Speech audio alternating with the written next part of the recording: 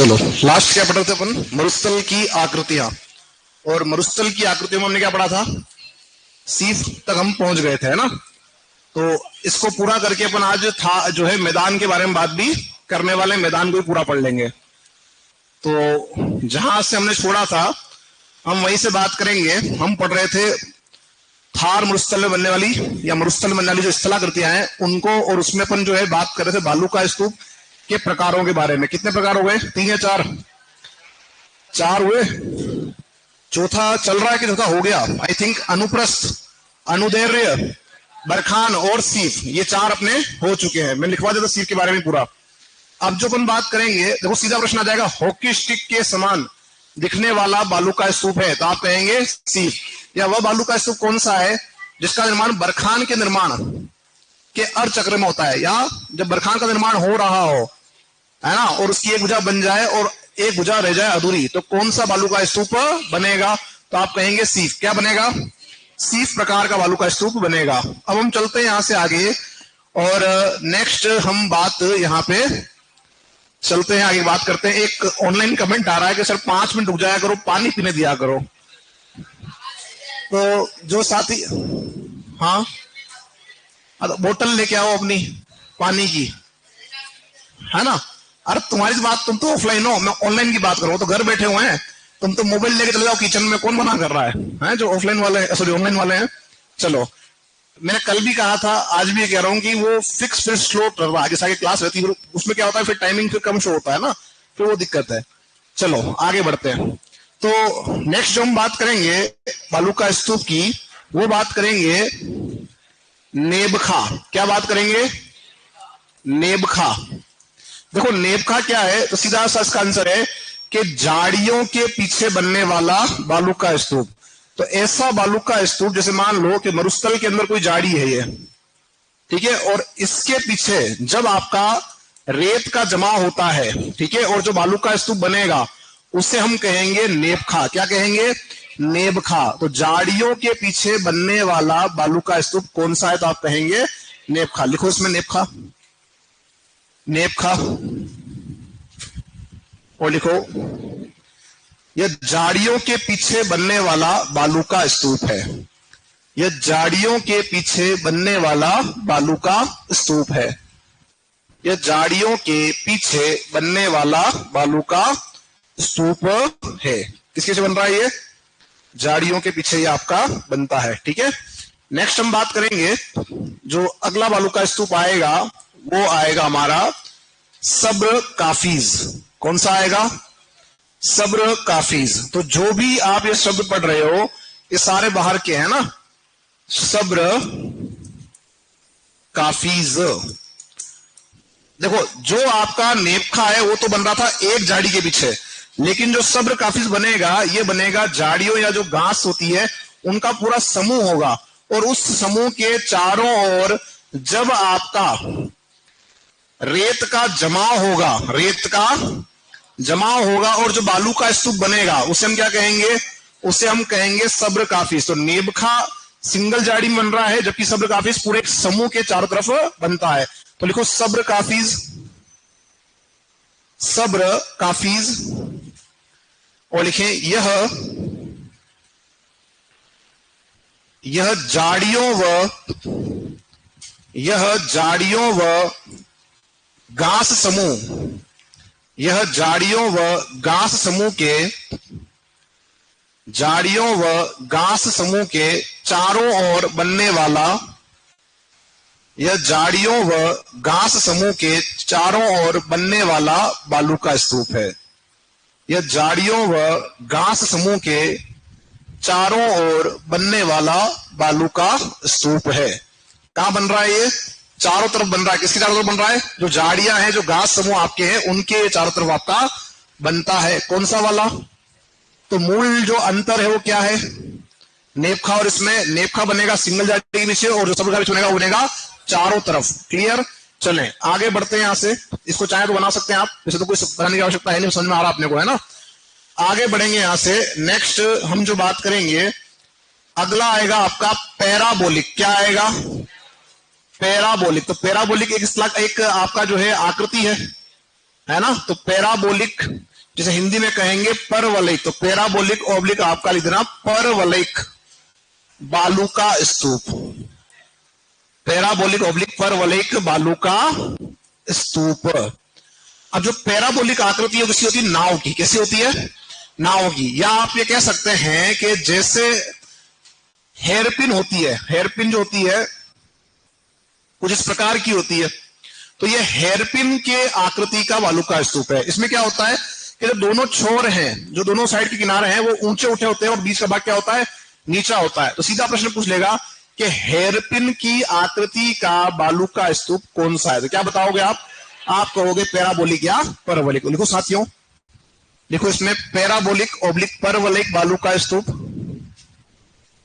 Parabolic oblique परवलयिक बालू का स्तूप। और लिखें, यह हेयरपिन की आकृति का, यह हेयरपिन, हेयरपिन लिख दोगे, यह हेयरपिन की आकृति का बालू का स्तूप है। यह हेयरपिन की आकृति का बालू का स्तूप है। हेयरपिन की आकृति का बालू का स्तूप है। चलें पर इससे आगे। अब जो हम बात करेंगे, एक बालू का स्तूप है ताराकार। ताराकार। अब जो ताराकार बालू का स्तूप है ये थोड़ा विशेष है, क्योंकि इसमें आपके विशेष जो स्थान है उनके बारे में प्रश्न पूछता है। तो समझे बात को, ताराकार बालू का स्तूप तब बनेगा जब किसी स्थान विशेष पर अलग अलग दिशाओं से क्या आएगी? पौने आएगी। ठीक है। और क्या करेगी? ये अपने साथ रेत लेके आएगी। क्या लेके आएगी? और उस रेत का जमाव जो है वो आपका करेगी। तो क्या बनेगा यहां पे आपका? यहां बनेगा आपका ताराकार बालू का स्तूप। कैसा बनेगा? अब ताराकार जो बालू का स्तूप है, इसके लिए स्थान आपके कुछ फिक्स हैं, और उनमें स्थान है आपका सूरतगढ़, और एक आपका है मोहनगढ़, और एक आपका है रामगढ़। ये दो स्थान जो आपके हैं वो तो जैसलमेर के, और एक स्थान आप जान रहे हैं कहां का है? गंगानगर का। बड़ा सिंपल प्रश्न बनेगा कि ताराकार बालू का स्तूप कहां बनता है। तो लिखो इसमें साथियों, ताराकार बालू का स्तूप, ताराकार बालू का स्तूप, ताराकार बालू का स्तूप। और लिखे इसमें ताराकार बालू का स्तूप लिखेंगे जब किसी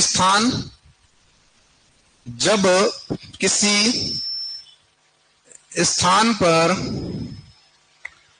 अलग अलग दिशाओं से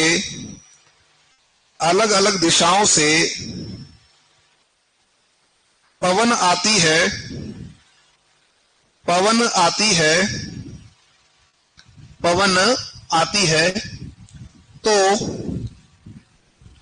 तो ताराकार बालू का स्तूप, का निर्माण होता है। तो ताराकार बालू का स्तूप का निर्माण होता है। ताराकार बालू का स्तूप का निर्माण होता है। ये बालू का स्तूप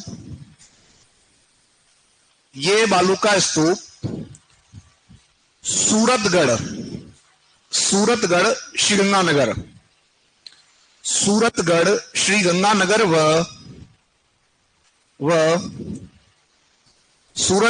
श्रीगंगानगर व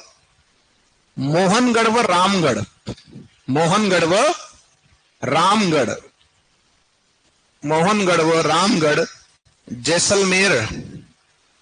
जैसलमेर में देखने को मिलते हैं। मोहनगढ़ व रामगढ़ जैसलमेर में देखने को मिलते हैं। और इसको बना लो आप ऐसा कासी। और जो साथी जुड़े हैं, लेट जुड़े हैं ऑनलाइन के अंदर, आधा पेज करवाया अभी तक। जो साथी पूछ रहे कितना करवा दिया? आधा पेज, हाफ पेज है ना, ज्यादा नहीं पढ़ाया, आधा ही पेज पढ़ाया है।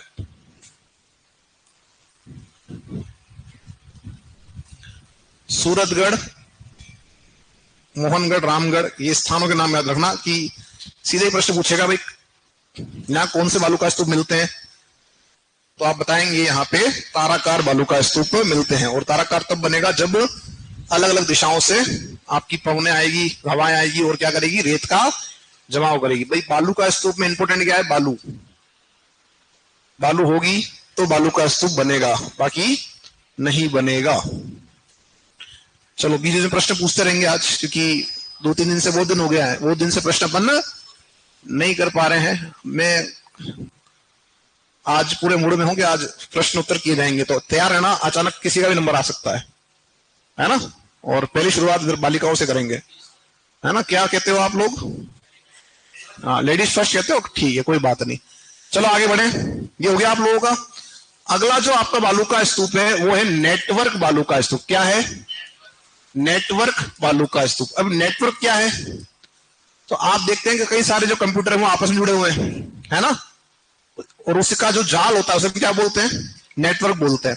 भाई इंटरनेट पे आप लोग जो है विराट कोहली के बारे में कुछ सर्च कर रहे हो, ठीक है, आपने डाला नाम विराट कोहली, सब चीजें उसकी जो है डिटेल आ गई, इवन उसकी हाइट, उसका प्रिय खाना।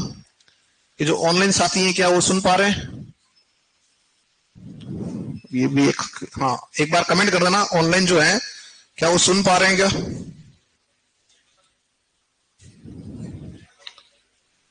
ठीक है, ओके, बढ़िया है, आप सुन रहे हैं तो चलते अपन आगे फिर तो। हाँ हाँ, नेटवर्क आ जाएगा, चिंता मत करो आप। नेटवर्क गया नहीं, नेटवर्क बालू का पढ़ रहे हैं, नेटवर्क आ गया। तो मैंने आपको एक एग्जांपल दिया कि आप इंटरनेट के ऊपर किसके बारे में, भाई विराट कोहली के बारे में पढ़ रहे हो, तो इवन उसके बारे में आपको जो है उसका प्रिय खाना क्या है, उसकी हाइट कितनी है, ठीक है, सब आ जाएगा, आ जाएगा। उसके वाइफ का नाम, बच्चों का नाम, माता पिता जिसका भी नाम है वो सब आ जाएगा, आ जाएगा। मैं फोन करता हूँ शाम को। हाँ, तो क्या करना है भाई, तो उसकी बात कर लेते हैं, बच्चे के बारे में बात अपन इसकी करते हैं।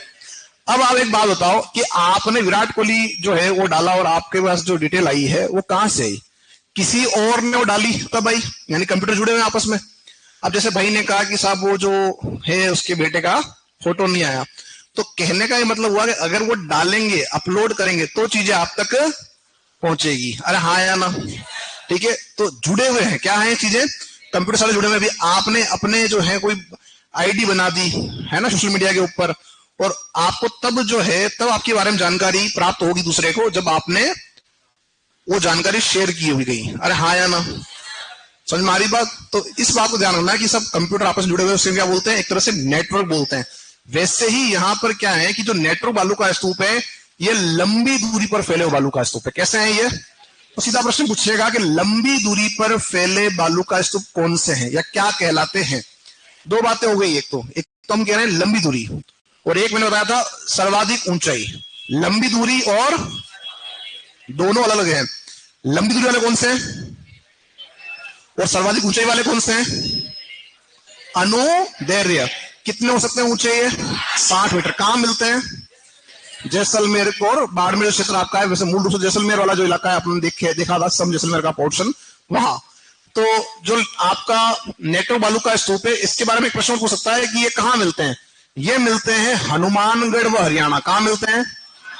तो हनुमानगढ़ और जो हरियाणा जो हमारा पड़ोसी राज्य है वहां पर आपके ये बालू का स्तूप देखने को मिलते हैं। तो लिखो साथियों, नेटवर्क बालू का स्तूप में ये लिखो, उसमें नाम डालो, नेटवर्क बालू का स्तूप।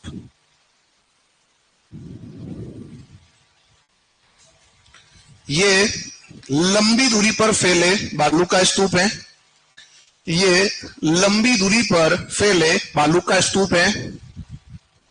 ये लंबी दूरी पर फैले बालू का स्तूप है जो जो हनुमानगढ़ व हरियाणा क्षेत्रों में, जो हनुमानगढ़ व हरियाणा क्षेत्रों में देखने को मिलते हैं। जो हनुमानगढ़ व हरियाणा क्षेत्रों में देखने को मिलते हैं।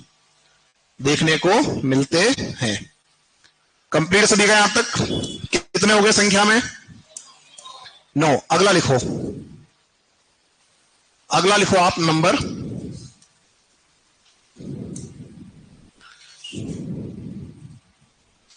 जो भी आपका आ रहा है उसको लिखो सैंड दून। क्या लिखोगे? सैंड दून। सैंड मतलब होता है रेत, दून मतलब होता है टीला। सैंड दून। अब ये जो सैंड दून है ये आपको मरुस्थल में नहीं मिलेंगे, ये मिलेंगे समुद्र के किनारे या नदियों के किनारे।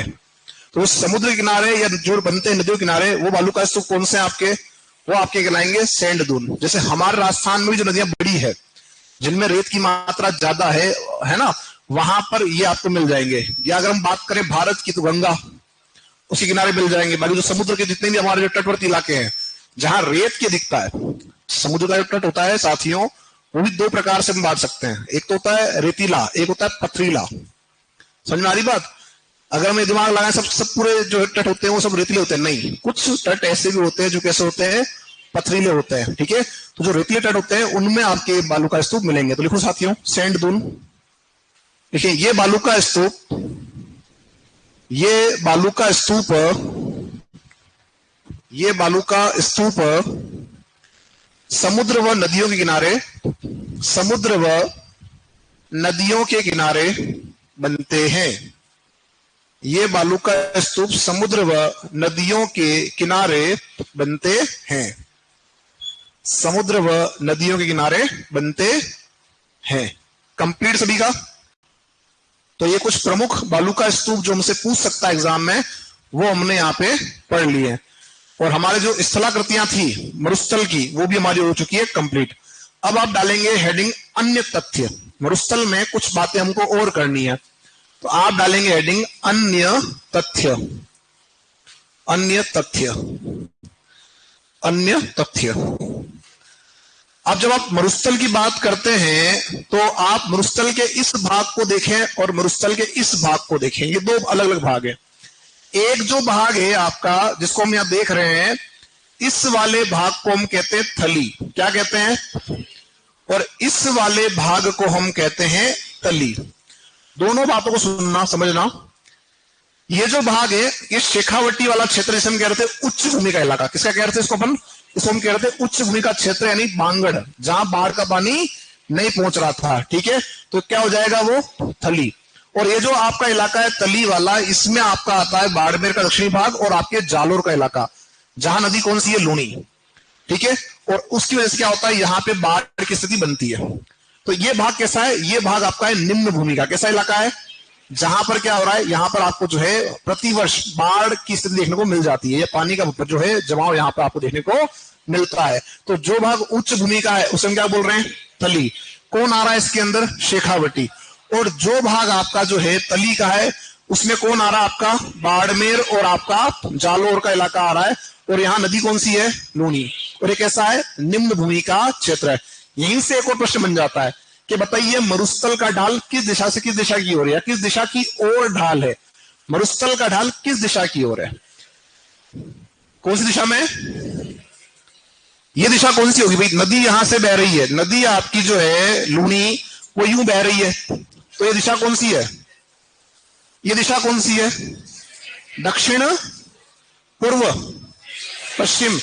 जो कहते हैं दक्षिण पश्चिम वे कौन कौन साथी, बार हाथ ऊपर करना, अधिकांश साथी कह रहे हैं दक्षिण पश्चिम। जो कहते हैं केवल दक्षिण वे कौन कौन, केवल दक्षिण वाले एक साथी है, और कोई है साथी, उत्तर पूर्व तो नहीं कोई, वेरी गुड। तो आप ये ध्यान रखना कि जो आपका जो मरुस्थल है उसका जो ढाल है वो आपका क्या हो जाएगा, दक्षिण पश्चिम।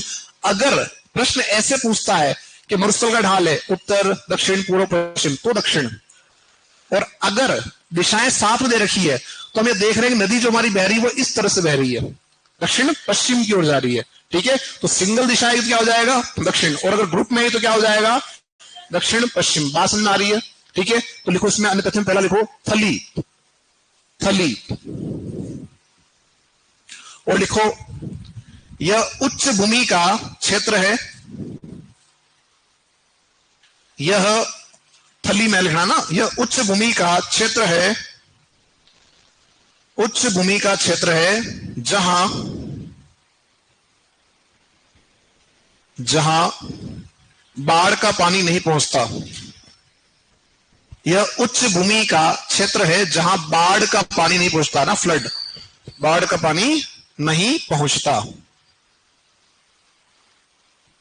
इसमें शेखावटी का क्षेत्र आता है। इसमें क्या आता है साथियों? शेखावटी का क्षेत्र आता है। इसमें शेखावटी का क्षेत्र आता है। इसमें शेखावटी का क्षेत्र आता है। कंप्लीट है। नेक्स्ट लिखो तली। तली, तली में लिखेंगे यह निम्न भूमि का क्षेत्र है। निम्न मतलब नीची। यह निम्न भूमि का क्षेत्र है। यह निम्न भूमि का क्षेत्र है। क्षेत्र है। यहां यहां प्रतिवर्ष बाढ़ का पानी पहुंचता है।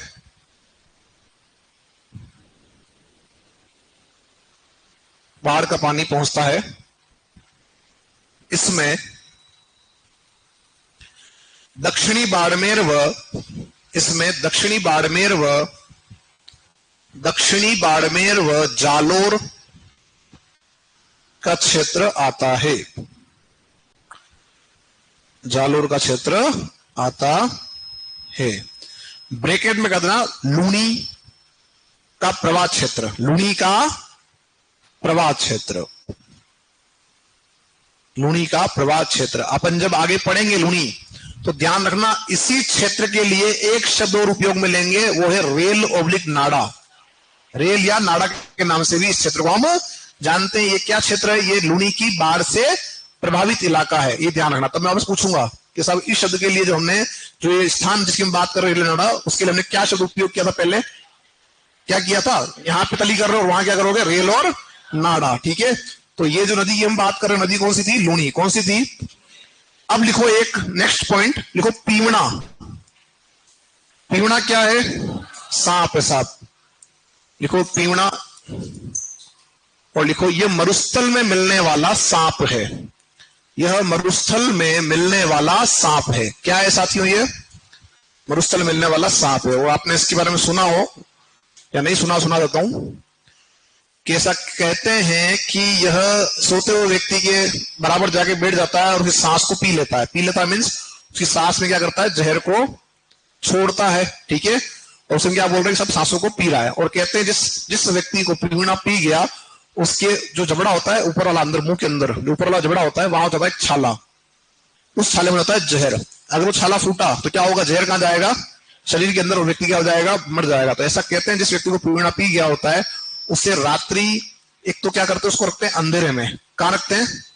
अंधेरे में रखते हैं। और दूसरी बात यह है कि उसका इलाज करते हैं रात्रि में। कहते हैं कि उसको लटकाते हैं उल्टा, और उल्टा लटका के उसे जो छाला होता है उसे निकालते हैं जहर। अगर सीधा रखोगे तो क्या होगा? छाला फूटते जहर कहां जाएगा? शरीर के अंदर। व्यक्ति क्या हो जाएगा? मर जाएगा। तो रात्रि में क्या करते हैं? उसको लटकाते उल्टा और उसमें क्या निकालते हैं? जहर निकालते हैं। ठीक है। अब तो डॉक्टर आ चुके हैं, पहले ये तरीका अपनाते थे। और दूसरा ये कहते हैं जो पीवना है वो प्याज की स्मेल से भागता है। किसकी स्मेल से? अगर प्याज पड़ा है तो वो आपके पास नहीं आएगा। और ये समस्या हमारे जो है सैनिकों के साथ आती थी। जो बीएसएफ के जवान थे उनके साथ समस्या आती थी। वो रेत में और सब जगह काम करते थे, है ना, या कैंप जो लगेगा वो कहाँ लगेगा? रेत लगेगा। तो वो समस्या आती थी। तो वो जो लोकल वहां के लोग थे उन्होंने बताया सब प्याज की खुशबू से दूर भागता है। ठीक है। तो कल भी आप भी अगर जाओ कहीं मरुस्थल में तो प्याज लेके जाना, नहीं तो पीवना पी जाएगा। ध्यान रखना। ठीक है। चले अपन इससे आगे। एक तो क्या है कि हंसने का प्रयास भी नहीं करते। वैसे ज्योग्राफी में जोक्स आते ही नहीं है। हाँ, सही बात तो ये है। अरावली में कहां से जोक लाऊं? है अरावली में भी जोक आ सकता है क्या? या मरुस्थल में आ सकता है क्या? तो कभी आ जाए तो कभी हंस लिया करो। नहीं तो क्या है, वैसे भी अपने 4 या 5 मुश्किल से किस्से होंगे जिसमें आप थोड़ा सा दांत दिखा सकोगे। बाकी तो ठीक है। हाँ, थोड़ा सा कितने प्याज लेके जाए वो तो डिपेंड करता है पीवना कितना है वहां पे। 1 किलो ले जाना कम से कम। है सलाद थोड़ा बनाना है वहां पे। चलो ये तो मजाक की बात है। बाकी तो अच्छी बात है। देखो लोग रह रहे वहां पे, नहीं रह रहे हैं क्या? पर एक कहने की बात है कि जहां पर देखो वो भी लोग जो है उनको पता होगा कि भाई इस क्षेत्र में पीवना ज्यादा रहते हैं। जैसे सांप की हम बात करें तो आप सांप तो नॉर्मली मिल जाते हैं, हाँ या ना? यहाँ भी होंगे, इस कॉलोनी में भी कहीं ना कहीं होंगे, छुपे हुए होंगे। तो कहने का मतलब ये है कि जिस एरिया में ज्यादा होते होंगे वहां पे लोग इस तरह से सुरक्षा अपनी करते होंगे। तो यहाँ अपना जो ये थार मरुस्थल था वो पूरा हो चुका है। और इसी उपलक्ष्य में थोड़े से क्वेश्चन अपन कर लेते हैं। ठीक है। हाँ, इधर साथी बैठे हैं, आप लोगों से स्टार्ट करेंगे। फर्स्ट लाइन आप लोग ये बताएंगे मुझे कि हमने भौगोलिक उपनाम पढ़े थे, क्या पढ़े थे? उसमें एक आया था कुबड़ पट्टी, क्या आया था? वो कहां से कहां फैली हुई है? इधर से कोई बोलेगा नहीं, फर्स्ट लाइन खाली, जल्दी, समय कम है। कुबड़ पट्टी कहां से कहां फैली हुई है? नहीं बताओगे? चलो सेकंड लाइन, अजमेर से नागौर के मध्य का भाग है जहां पे क्या हो रहा है, भूमिगत जल में क्या मिल रहा है, फ्लोराइड। वेरी गुड, ठीक है। आप लोग लाइन नंबर 3 जो है ये बताएंगी राठी क्षेत्र कहां आता है, पश्चिम में आता है, पूर्व में आता है? कहां आता है?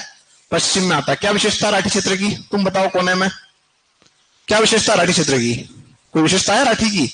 हाँ पीछे तुम दोनों, अभी आ रहे साथी, अभी आ रहा हूं, वहीं आ रहा हूं मैं, मेरी नजर बहुत तेज है, तुम चिंता मत करो। हाँ वेरी गुड, वो इलाका जहां वर्षा कितनी हो रही है, 25 सेंटीमीटर से कम हो रही है, वो क्या कहलाएगा आपका, राठी। तुम बताओ राठ क्षेत्र क्या है? एक तो हो गया राठी, एक क्या पूछ रहे वन, राठ। संख्या भी कम है और आंसर भी जो है वो कम ही आए हैं, ठीक है, इसको बढ़ाओ। हाँ ये जो साथी हमारे, तो 3 साथी एक साथ बैठे हैं, हाँ आप पीछे मत देखो, तुमको कह रहा हूं, तुम बताओ राठी, राठ क्षेत्र क्या है, सॉरी, हाँ राठ, हाँ अलवर व भरतपुर का क्षेत्र क्या है, वो राठ है। और इसमें कौन आ जाएगा अब, डीग और खेड़थल का क्षेत्र अपन इसमें शामिल कर लेंगे। पड़ोसी जस्ट जो पास में बैठे साथी वो बताएंगे राजस्थान का देशांतरी विस्तार कहां से कहां तक है, राजस्थान का देशांतरी विस्तार कहां से कहां तक है। चलो इतना समय नहीं है, पड़ोसी, हाँ आगे क्या लिखोगे, वेरी गुड, 69-30 से पड़ोसी, पड़ोसी बोलेगा, हाँ कितना है देशांतरी विस्तार, हाँ 78-17 पूर्वी देशांतर। चलो अभी वापस मिलते हैं, है ना, आगे बढ़ो। यहां पे हम जो बात करने वाले हैं, अपन जो बात करेंगे वो करेंगे पूर्वी मैदान, क्या पढ़ेंगे, पूर्वी मैदान के बारे में हम बात करने वाले हैं। तो हाइडिंग डाल दो, पूर्वी मैदान, पूर्वी मैदान,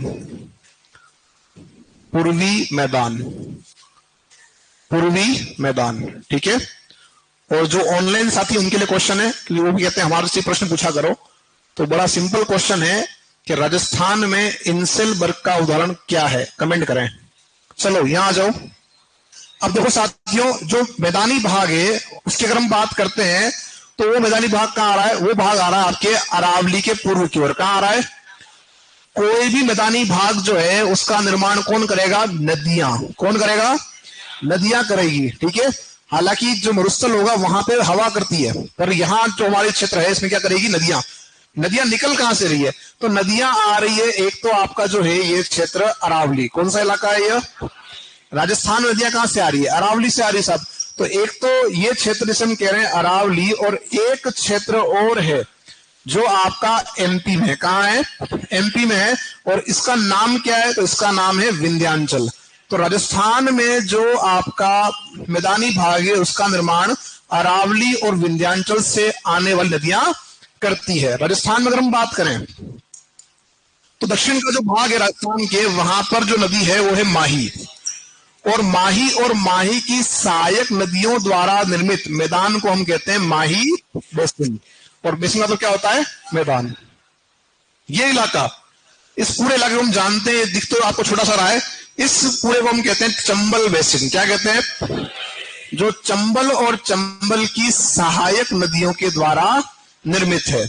इस वाले भाग में नदी है बाण गंगा, कौन सी है, तो ये कहलाएगा बाण गंगा बेसिन। क्या कहलाएगा, और सबसे बड़ा जो खाली बीच का इलाका दिख रहा है ये है बनास, यानी किसका है यह, बनास बेसिन। सबसे बड़ा मैदानी भाग राजस्थान में किसका है, हमारे बनास बेसिन का सबसे बड़ा मैदानी भाग है। तो राजस्थान में जो पूर्व मैदानी भाग है उसको मूल रूप से इन भागों में बांट सकते हैं नदियों के आधार पर, आपका माही, चंबल और बनास। और एक छोटा सा इलाका कौन सा है, बाण गंगा। तो कई जगह पे क्या कर रखा है कि बनास व बाण गंगा, बनास व बाण गंगा दोनों को एक साथ इंक्लूड कर दिया, तो ध्यान रखना कि इसको अपन ने क्या किया, अलग अलग हम यहाँ पे पढ़ रहे हैं। एक बार इसको बनाओ जल्दी से, फिर लिखते हैं अपन आगे। जल्दी से इसको बनाएं। अब तक मैं प्रश्न की तैयारी करता हूं कि कहां से पूछे जाएं क्वेश्चन।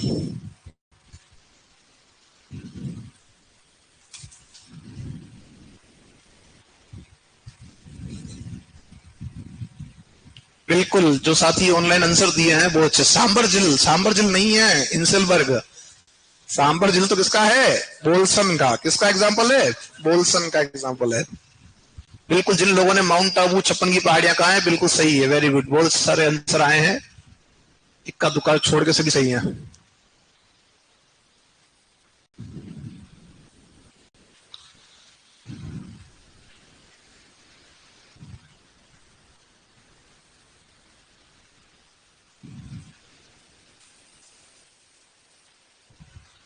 चलो यहां से, हाँ आप तीनों में से, ठीक है, ये लाइन तीनों मिलके आप जो है बताएंगे। हाँ इधर फर्स्ट आप ही बैठे हो। बोल्सन क्या है, मरुस्थल में, हाँ बिल्कुल जिल। उसका उदाहरण क्या है,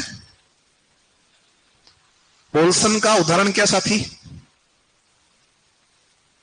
नहीं आइडिया। हाँ सांबर क्या है, सांबर जिल। बोल्सन का उदाहरण क्या हो जाएगा, सांबर। एक और क्वेश्चन आप ही लोगों से, अब आप नहीं बोलोगे, ये साथी बोलेंगे दोनों। पिडमांट क्या है, पढ़ाया था मैंने पिडमांट, नहीं पढ़ाया, पढ़ाया था। आज ही आए हो क्या, अरे आज ही आए हो, फिर ठीक है। तुम साथी, तुम तो रोज आ रहे हो। हाँ पिडमांट पढ़ाया तो नहीं पढ़ाया मैंने, पढ़ा दिया था, नहीं पढ़ाया। पेडिमेंट पढ़ाया, क्या पढ़ाया बताओ, पेडिमेंट क्या है।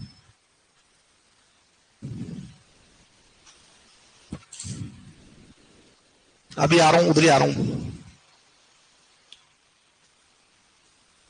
हाँ हाँ हाँ, मरुस्थल में पर्वतपदीय भाग जिसका निर्माण अपर्दन से हुआ है, वो सिंपल सी भाषा में आप क्या बोलेंगे, पेडिमेंट के लिए बोलेंगे। हाँ साथी, जस्ट पास में जो बैठे हुए हैं, 90 डिग्री कोण पर बनने वाला बालू का स्तूप, 90 डिग्री कोण पर बनने वाला बालू का स्तूप कौन सा है। हाँ साथी, कौन सा है,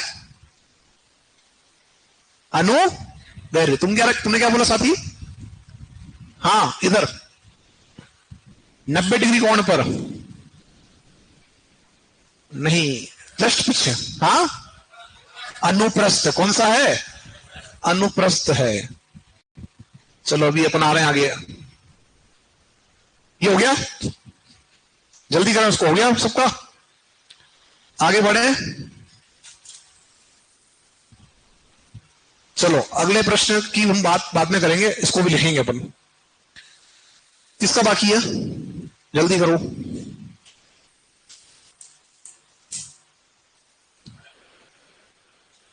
हाँ थोड़ा हाँ, किसको, हाँ खादर कह सकते हैं, बिल्कुल ये खादर के ही उदाहरण आपके हैं, जहां प्रतिवर्ष बाढ़ का पानी पहुंचता है और इस वजह से क्या होता है, खेती बाड़ी यहां हो रही है। ठीक है, अभी अपन इस बात यहां भी करेंगे मैदान में। चलो लिखिए अपन इसके आगे, लिखिए इसमें साथियों, डाला है हेडिंग में, ये आपका पूरी मैदान, और लिखना स्टार्ट करेंगे। राज्य के मैदानी भाग का निर्माण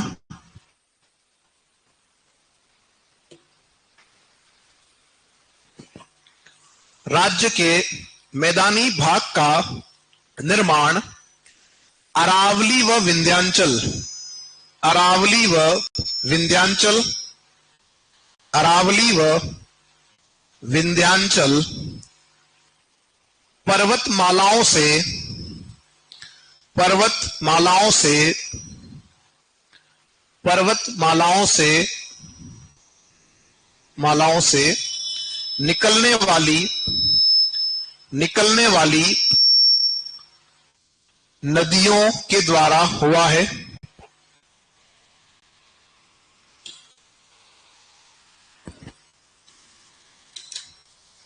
नदियों के द्वारा हुआ है, ठीक है। नेक्स्ट लाइन लिखें, यह मैदानी भाग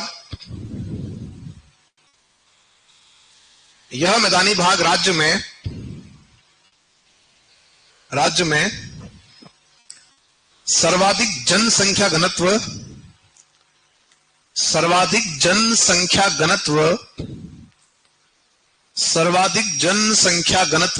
वाला भाग है।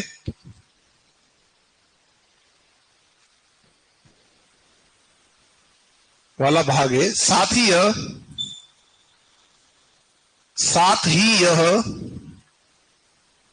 सर्वाधिक उपजाऊ भाग भी है।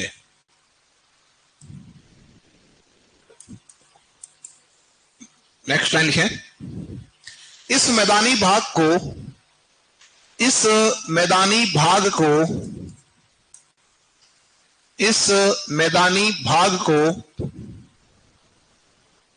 नदियों के आधार पर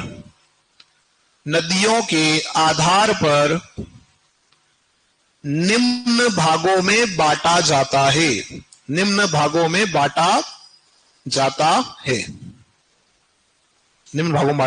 है। ठीक है, अब हम एक एक करके इन सभी के बारे में पढ़ेंगे।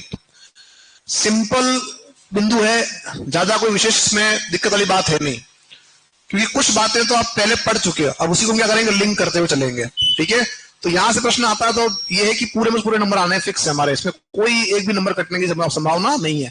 देखो, मरुस्थल में बालू का स्तूप के अलावा जो है, जो शिलाकृतियां है वो इंपोर्टेंट आपकी है।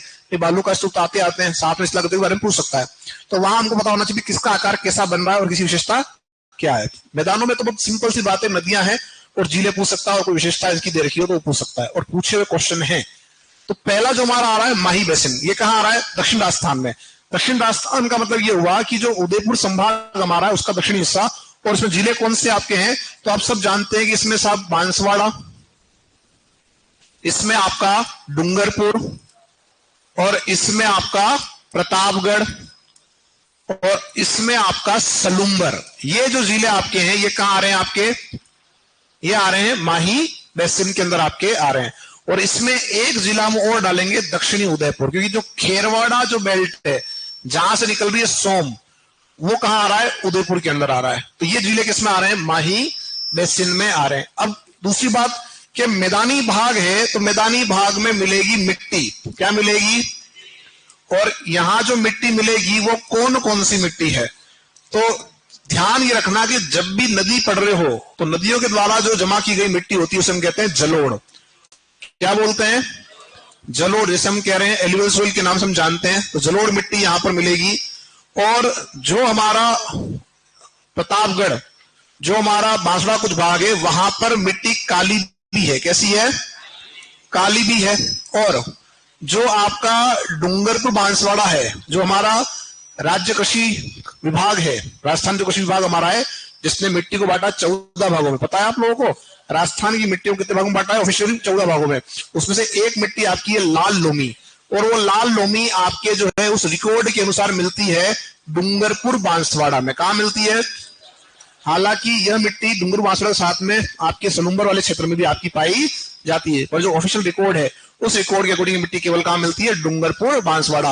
और यह प्रश्न आपका कॉलेज व्याख्याता 2016 में प्रश्न पूछा गया, अगर पीआईक्यू कर रहे हो तो जीके का पेपर देखना, उठा के वहां पे मिल जाएगा आपको क्वेश्चन। क्या पूछा गया, लाल लोमी मिट्टी कहां पाई जाती है।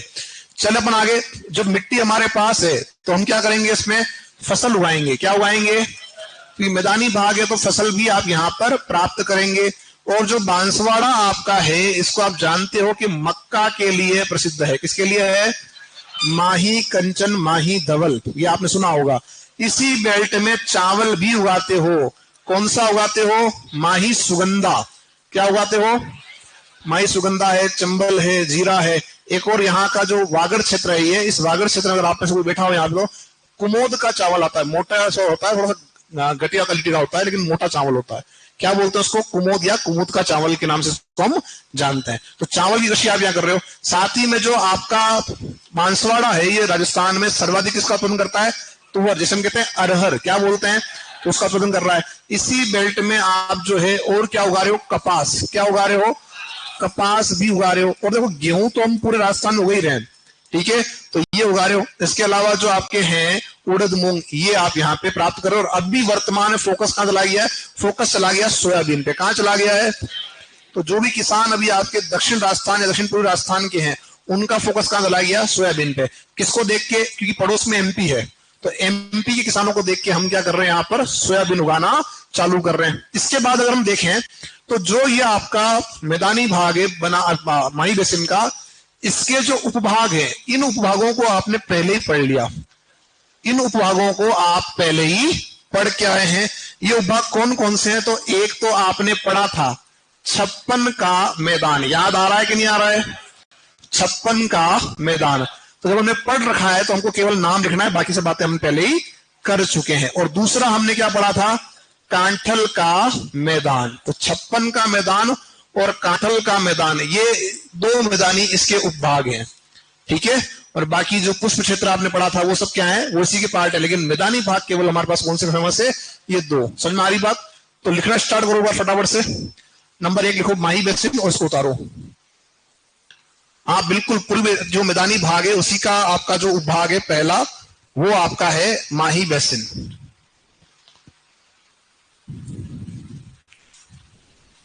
पूर्वी मैदान डाला था अपन ने हेडिंग, और उसमें पहला अपन पढ़ रहे हैं माही बेसिन।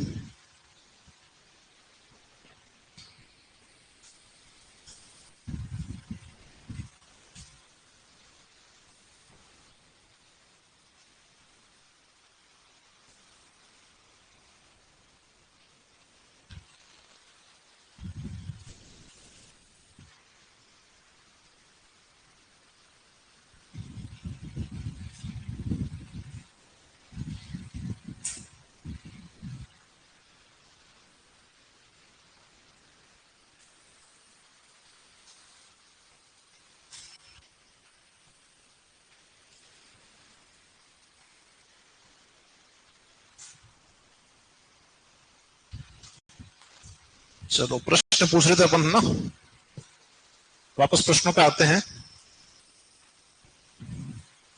हाँ साथी, तुम बच गए थे। हाँ हाँ, तुम बताओगे कर्नल टोड की पहली पुस्तक का नाम क्या था, जो राजस्थान के बारे में लिखी गई है।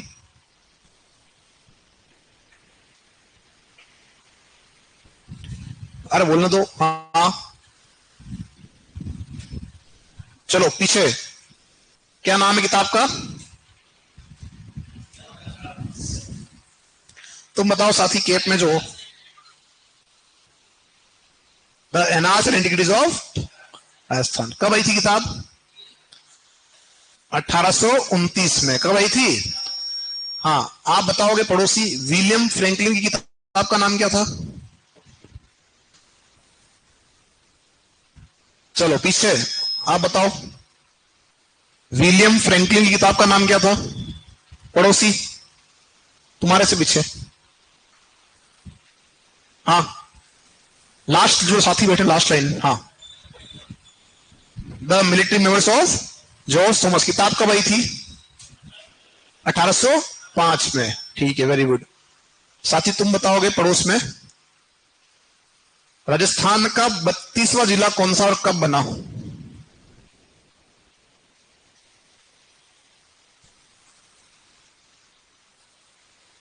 हाँ बताओ, कौन सा था, याद आ रही वो ट्रैक, क्या लिखवाया था, धावा बोल दो, हनुमान के गढ़ पर, के गढ़ पर। क्या हो जाएगा, करौली। कब बना, 19 जुलाई 1997। याद नहीं है, चलो ये हो गया आप लोगों का, सभी का हो गया, जल्दी करो। तो जिले आपके डूंगर, बांसवाड़ा, प्रतापगढ़, सलूमर और दक्षिण उदयपुर है। मिट्टी मिल रही जलोढ़, काली और आपकी लाल लोमी। और जो लाल लोमी मिट्टी है उसमें मक्का उगा रहे हो आप, ठीक है। यहां पर आप जो है चावल उगा रहे हो, तुअर उगा रहे हो, कपास, गेहूं और आपका सोयाबीन यहां पर आप उगाते हो। अब देखो इसके उपभाग और उपभाग हम पढ़ चुके हैं, कौन से, 56 का मैदान और आपका कांठल का मैदान। 56 का मैदान और कांठल का मैदान, 56 का मैदान और कांठल का मैदान। चावल के बाद लिखा है तुअर, तुअर मतलब होता है अरहर। 56 का मैदान और कांठल का मैदान। चले अब हम चलेंगे नंबर 2। जो नंबर 2 हमारा मैदानी भाग है उसके बारे में हम बात यहां करेंगे, और वो आएगा चंबल बेसिन। क्या आएगा? चंबल बेसिन जो है ये महत्वपूर्ण है और इसके उपभाग भी महत्वपूर्ण है। चंबल नदी जहां जहां बह रही है वो सारा इलाका इसके अंदर आपका आएगा। वही हम बात करेंगे झीलें, वही हम बात करेंगे मिट्टी, और वही हम बात करेंगे फसल। इन तीनों के बारे में हम बात यहां पे पहले करने वाले, और फिर हम क्या बात करेंगे इसके जो उपभाग है उनके बारे में। तो पहले हम बात करेंगे झीलों के बारे में। आप ये बताएं, सोचें और बताएं, चंबल नदी राजस्थान में कहां से एंटर कर रही है? चित्तौड़ से। कहां से एंटर कर रही है? चित्तौड़ इसमें आपका शामिल हो जाएगा। चित्तौड़ का कौन सा भाग? पूर्वी भाग। कौन सा भाग? तो हम यहां लिख सकते हैं पूर्वी चित्तौड़। इसके बाद में आपकी नदी कहां जा रही है? कोटा। कोटा से जा रही है बूंदी। बूंदी से जा रही है आपका कहां जा रही है? सवाई माधोपुर। एक बार पहले प्रवाह क्षेत्र कंप्लीट कर लो, फिर अपन पड़ोस को देखेंगे। और फिर कहां जा रही है? करौली। और करौली की बात कहां जा रही है? धौलपुर। ये तो हो गए आपके प्रवाह वाले जिले। अब जहां से नदियां इसमें आकर मिल रही है उनको लेते हैं। बारा और झालावाड़, ये जिले आपके जो हैं किसमें आ जाएंगे? सब आपके आ जाएंगे चंबल बेसिन में। कहा जाएंगे? अब जो है मिट्टी कौन सी मिलेगी? तो मैंने क्या बताया, नदी है तो नदी में जलोढ़ मिट्टी तो आपकी मिलेगी ही मिलेगी। इसके अलावा यहां पर काली मिट्टी मूल रूप से मिलती है। तो जलोढ़ और काली मिट्टी आपकी यहां पर मूल रूप से मिलती है। जो आपका यहां पर फसल प्रारूप है उसकी अगर हम बात करें तो देखो, गेहूं तो हर जगह लिख देना, कोई दिक्कत नहीं आ रही है। यहां पर आपका जो है चावल, यहां पर आप सोयाबीन उगा रहे हो। क्या उगा रहे हो? सोयाबीन। चित्तौड़ जो क्षेत्र है यहां पर आप थोड़ा अफीम का भी देखते हो। यहां पर आपका जो है गन्ना भी है बूंदी क्षेत्र में। कहां पे? कुछ मात्रा में, ठीक है। हाँ, कपास और सरसों से भी आप यहाँ पे प्राप्त कर ले, तो तिलहन के रूप में सोयाबीन हो गया ना, ठीक। चलो, तो ये आप यहाँ पे प्राप्त करते हो। अब हम बात करते हैं जो इसके उपभाग है, ये हमारे लिए इंपॉर्टेंट है। बात समझना, जो आपका चंबल बेसिन है यहां पर जो आपकी स्थलाकृतियां बनती है वो कौन कौन सी है, वो हमारे से जो पूछता है एग्जाम में जानना। पहला तो ये कि चंबल प्रसिद्ध है बीहड़ के लिए। किसके लिए? तो एक क्वेश्चन हमारा बन जाएगा सब, बीहड़ क्षेत्र क्या है। तो बीहड़ क्या है, तो ध्यान रखना कि बीहड़ जो है ये चंबल क्या करती है, जब तीव्र प्रवाह में होती है तो अपनी तली को काटकर गहरा करती है। क्या करती है? मतलब ये गहराई में अपर्दन करेगी। किसमें करेगी? और इस अपर्दन को हम कहते हैं अवनालिका अपर्दन। क्या बोलते हैं? यानी ये नालीनुमा अपर्दन करती है, जिसके कारण यहाँ पर गहरी घाटियां बन जाती है, और साथ में क्या बन जाती है? कंदराएं, गुफाएं बन जाती है। तो इस गहरी घाटियों व जो कंदरायुक्त भूमि होती है उसे हम कहते हैं आपका बीहड़ क्षेत्र। क्या बोलते हैं? और सर्वाधिक बीहड़ कहाँ है? तो सर्वाधिक बीहड़ कहाँ है?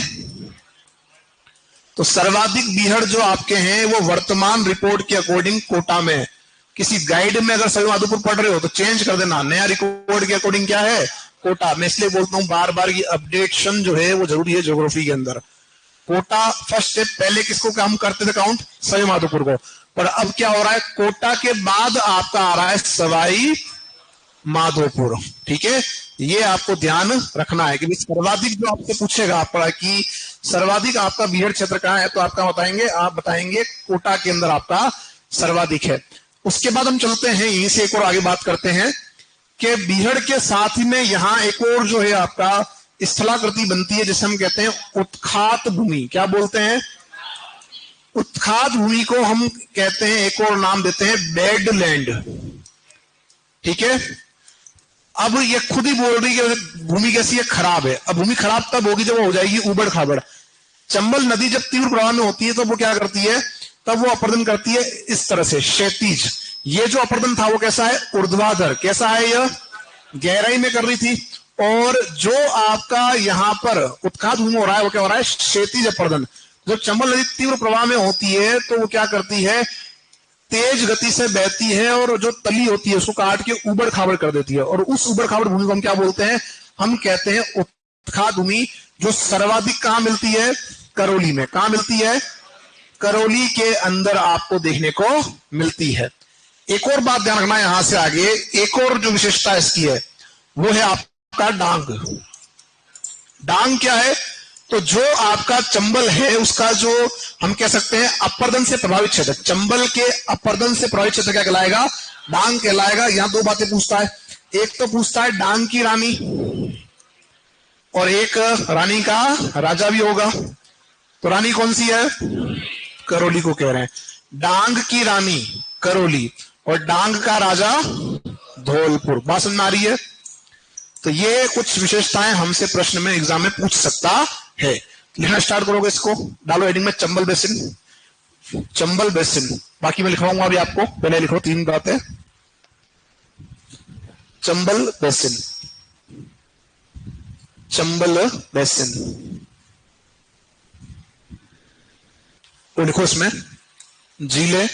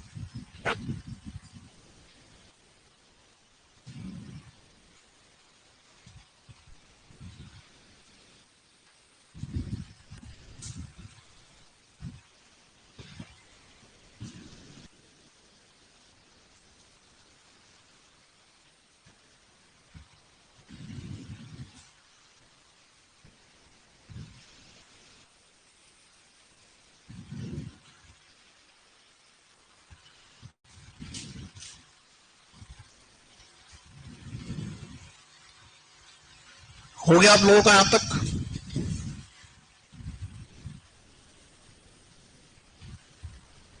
सभी का हो गया?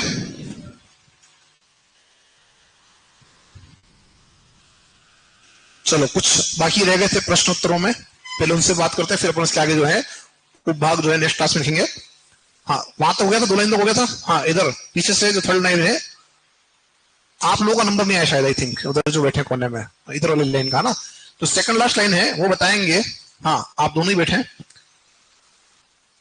हमने उपभाग पढ़े थे और उस उपभाग के अंदर एक आया था वागड़। क्या आया था? वागड़ क्षेत्र में कौन कौन से जिले आते हैं आपके? बोलने दो उनको। बांसवाड़ा, डूंगरपुर, हाँ पड़ोसी, बांसवाड़ा डूंगरपुर और प्रतापगढ़ का कुछ भाग और सलूम्बरा का कुछ भाग और दक्षिणी उदयपुर। कौन सी बोली वहां की? वागड़ी। हाँ पड़ोसी। तुम बताओगे मेवाड़ में जिले कौन से आ रहे थे?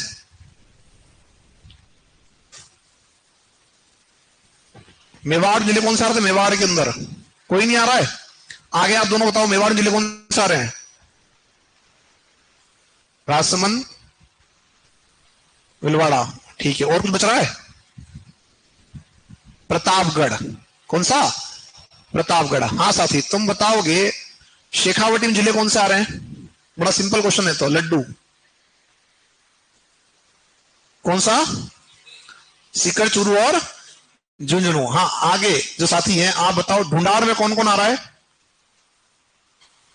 हाँ एक तो एनक में, और जो साथी पहले पढ़ चुके वो, हाँ हाँ जयपुर और दोस्ता का क्षेत्र। विशेषता क्या है यहाँ पे? हाँ और नदी कौन सी है? नदी विशेषता है, ढूंढ नदी यहाँ पे आपकी बहती है। हाँ इनसे जो साथी आगे बैठे हैं ये बताएंगे कि हमने पढ़ा था एक क्षेत्र खेराड़। तो खेराड़ कहां से कहां तक है? खेराड़ क्षेत्र कहां से कहां तक है?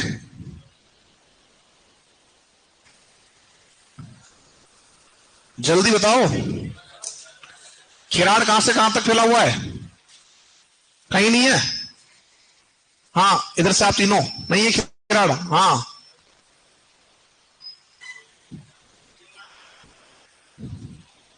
Very good. जाजपुर भिलवाड़ा से मालपुरा टोंक तक फैला हुआ है खेराड़। इधर जो साथी बैठे हैं तीन, ये बताएंगे ऊपर माल कहां से कहां फैला हुआ है।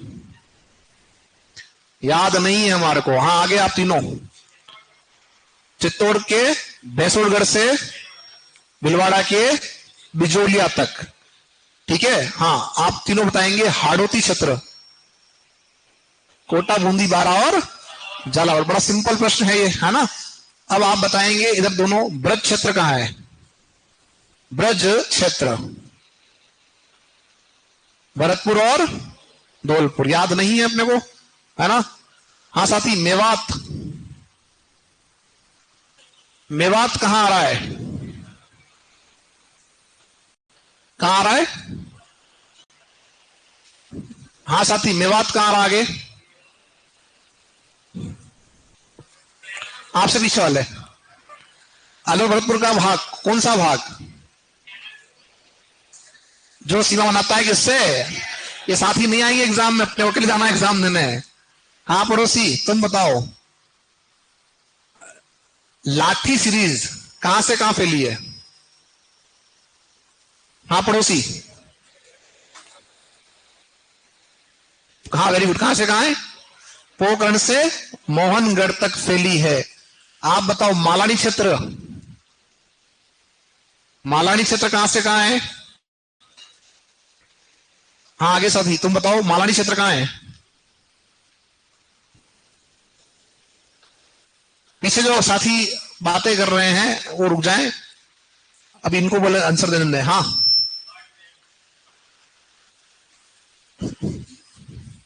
आपने जवाब दे दिया था पहले। हाँ नहीं तुम नहीं। हाँ तुम बताओ मालानी क्षेत्र कहां है। बालोतरा बाड़मेर से बीनमा जालोर के मध्य का क्षेत्र क्या कहलाएगा, मालानी क्षेत्र कहलाएगा। आप बताओ पठार की जो उत्पत्ति है, जो हमारा पठारी भाग है, उसकी उत्पत्ति कब हुई, कब हुई। हाँ साथी जो हमारा पठारी भाग है उसकी उत्पत्ति कब हुई, कब हुई। क्रिटेशियस काल में। पठार कब बना, क्रिटेशियस काल में बना है। जो साथी जवाब भी नहीं दे पाए थे उनका कम से कम ध्यान मेरी तरफ होना चाहिए कि क्या प्रश्न पूछा जा रहा है और क्या आंसर उसका आ रहा है। ये सारे प्रश्न आपको दिख रहे हैं एग्जाम में आएंगे। हाँ साथी तुम बताओगे मरुस्थल कब बना, बना तो था 4 दिन पहले, कब बना।